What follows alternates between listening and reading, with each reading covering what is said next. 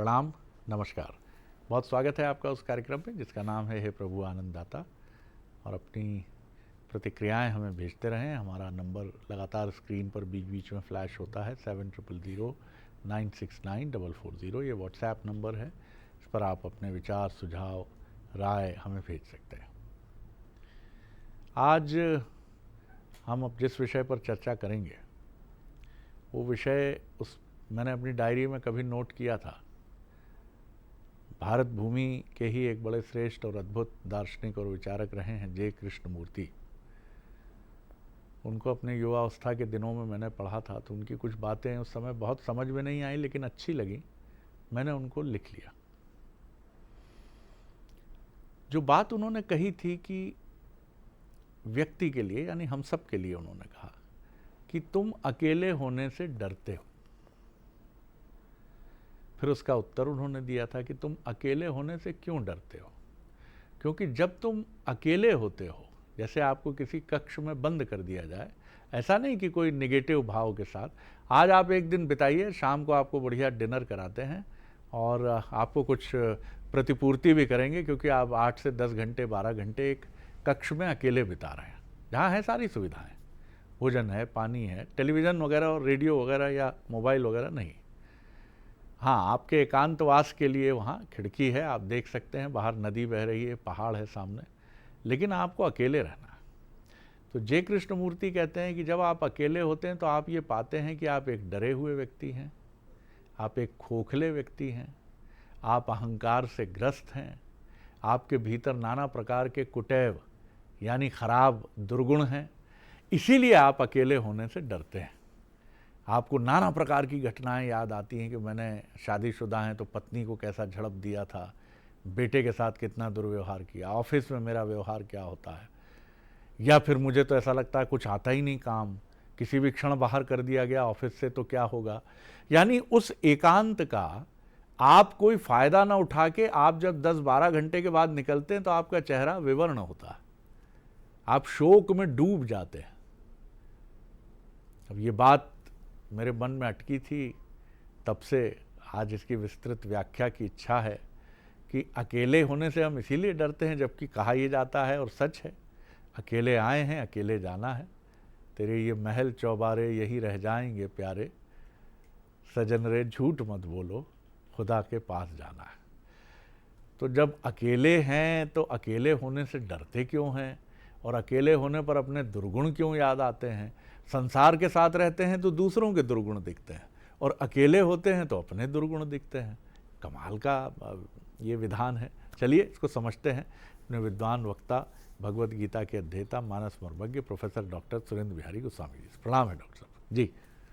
आपने इतना अच्छा विषय छेड़ा है जी कि मैं उसके लिए एक शब्द उपयोग नहीं करूंगा कि मैं दुविधा में होता हूँ जी। कि मेरे पास कोई भी सुविधा दुविधा ये दोनों शब्द जो हैं हम लोगों के लिए अनुकूल शब्द नहीं है।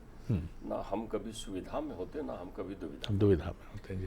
लेकिन चिंतन की गहराई में उतरते समय फिर ध्यान आता है हमारी समय सीमा। दूसरे नंबर पे ध्यान आता है कि मुझे शब्दों की संरचना ऐसी करनी है कि कहीं हमारे आपके बीच का ये चिंतन क्लिष्ट ना हो जाए, हाँ, गहरा ना हो जाए। क्योंकि जाए। ध्यान रखिएगा, चाहे वो राजा भोज का पुत्र हो या गंगू तेली का, पिताश्री कहा करते थे, उसको जन्म लेते ही खीर नहीं खिलाया जाता, दूध ही पिलाया जाता है। ठीक बात है। ऐसा नहीं सकते कि अरे भाई फलाने सेठ जी का के यहाँ आज बच्चे का जन्म हुआ है तो नवजात को खीर खिला दो, तो पैदा होते ही किसी को खीर नहीं खिला सकते। तो हमारे बीच तो नित्य नूतन विचारधारा की शिशुलीला हम यहाँ करते हैं। उसको पल्लवित पुष्पित करने की व्यवस्था तो हम श्रोताओं पर छोड़ देते हैं कि वो आप हमसे ले जाइए और उसके लालन पालन करिए और जहाँ आपको ठीक लगता है उसको विचार का स्वरूप दे दीजिए। देखिए, हमारी समस्या ये है कि हम अकेले होते हैं क्या? प्रश्न ऐसा करिए आप, क्या हम कभी अकेले रहते हैं? ये एक चिंतन का विषय हो सकता है। बहुत सुंदर। क्योंकि अकेले व्यक्ति जब होता है तो वो गुणविहीन हो जाता है। जब उसके सारे गुण समाप्त हो जाते हैं तो वो अकेला हो जाता है। तो जब तक गुण रहेगा तब तक वो अकेला नहीं हो सकता। और ध्यान रखिएगा, बड़ी अद्भुत बात कह रहे हैं आप। ये सिद्धांत है जीवन का। जी जी जी। क्योंकि आप वाह। त्रिगुण से बनी हुई सृष्टि है, तो 3 गुणों में कोई ना गुण तो आपके पास रहेगा ही। साधक जो है सतोगुण, तमोगुण, रजोगुण, 3 गुण हो गए आपके पास। इन त्रिगुणात्मक प्रक्रियाओं से आपका जीवन बना हुआ है, आपकी विचार बुद्धि की तरंगें इसी से उत्पन्न हुई है, यही सारी प्रक्रियाएं हैं। तो जो बुद्धिशील साधक होता है वो रजोगुण और तमोगुण से मुक्त हो जाता है, लेकिन सतोगुण तो रहता है ना, और सतोगुण भी अहंकार दे देता है उसको। सतोगुण में भी भय विद्यमान हो सकता है उसके पास, ध्यान रखिएगा। सतो एकांत में आपने देखा होगा, कई दृष्टांत आपने पढ़े हुए थे कि एकांत में समाधि में थे विश्वामित्र जी और भेज दिया उर्वशी को उनकी समाधि भंग करने के लिए। आप मेरी बात समझ, मेनका को भेज दिया उनके पास कि जाओ विश्वामित्र जी की समाधि भंग करके आओ, क्योंकि ये देख लिया था वो एक अकेले में नहीं है, गुण है उनके साथ। उनको ब्रह्म ऋषि बनना था ना, तो वो तपस्या ब्रह्म ऋषि बनने के लिए कर रहे थे। अकेले कहाँ थे, गुण था ना उनमें, सतोगुण। ध्यान रखिए, नारद जो है वो एकांत में, अरे वो वहां कौन है, गोमुख में कौन है, जहां से गंगा निकल रही है, वहां तो कोई है ही नहीं ना। तो गोमुख में वो पहुंचे तो वहां मालूम चला कि वो उन्होंने कामदेव हार गए वहां पर। कामदेव जब पराजित हो गए तो उन्होंने कहा भाई मुझे अगर विधाता ने भेजा था यहाँ पर तो इनके पास ये शून्य तो दिखे नहीं मुझे। ये आवश्यक नहीं है कि आप शून्य हो तभी आप अपनी इंद्रियों को वश में कर पाए। बिना शून्य हुए भी एक गुण से भी इंद्रियों को आप जीत सकते हैं, वो है सतोगुण।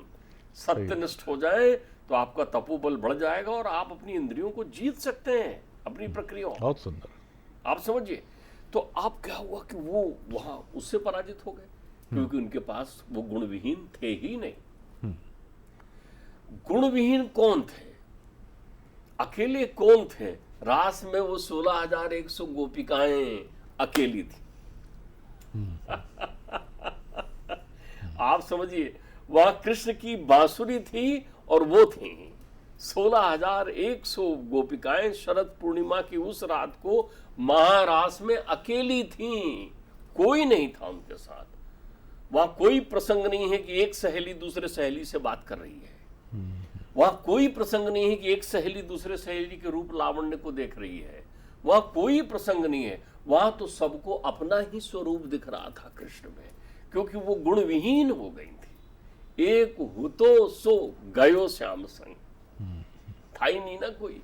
तो हम अकेले कहाँ होते हैं, हम भयभीत इसलिए होते हैं। आप लौकिक रूप से इसका चिंतन देखें तो लौकिक रूप से जब हम लोगों के बीच रहते हैं संसार में, तो इस बात की संभावना है कि कभी हमें संगीत सुनाई पड़े, मीठी बातें, प्रेम माधुर्य, घर में आनंद के पल, बच्चों की किलकारी, ये हमारी समाधि लगा सकती है। इसकी संभावना है, इसकी संभावना है कि वो शोर में भी सरगम के स्वर सुनाई पड़ने लगे, वो झंकृत करती हुई पायल बजे तो हमें लग जाए अच्छा लाड़ो आ गई क्या।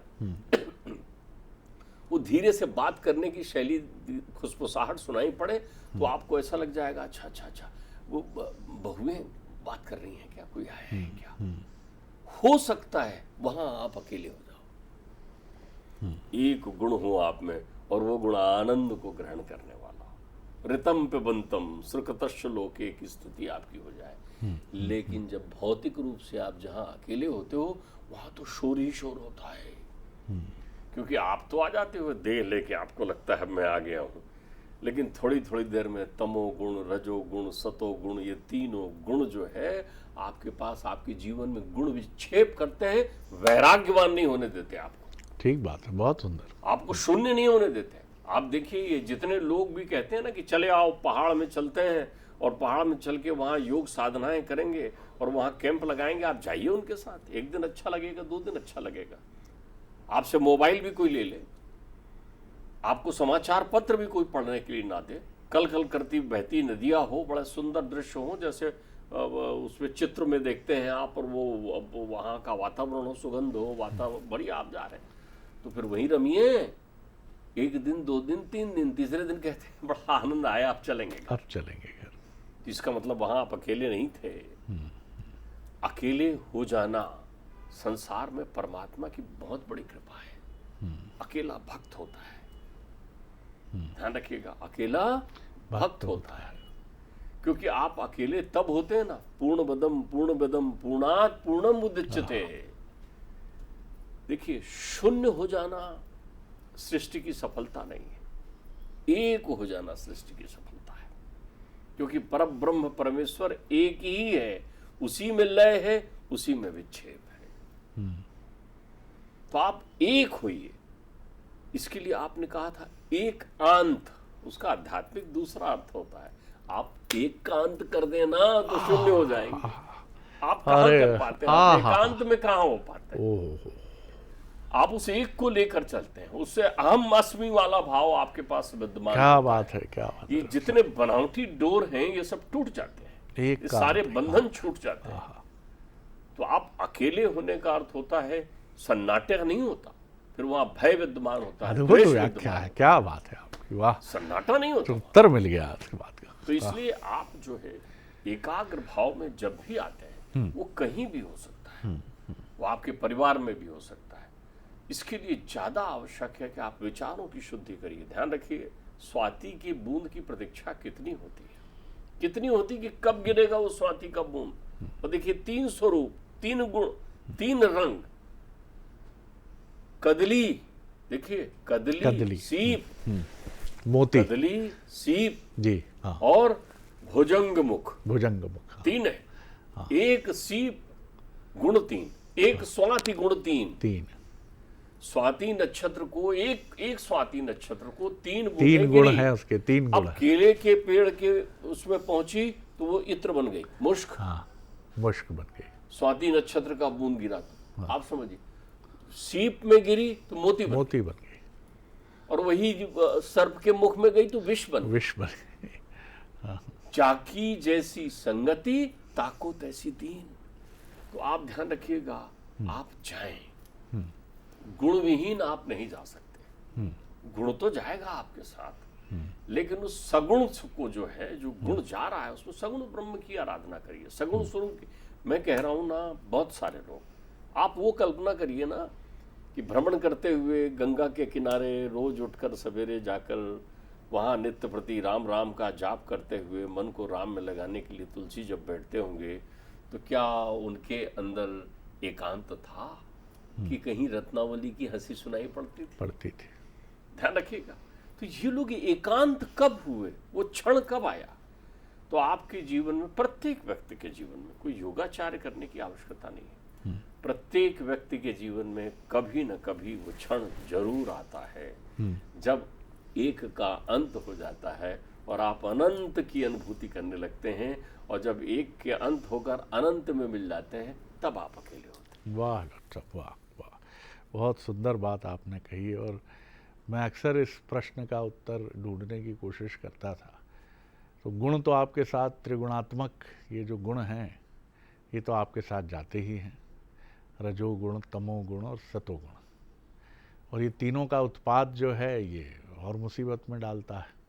कभी किसी गुण का प्राधान्य होता है, डोमिनेशन होता है, कभी किसी का, कभी किसी का।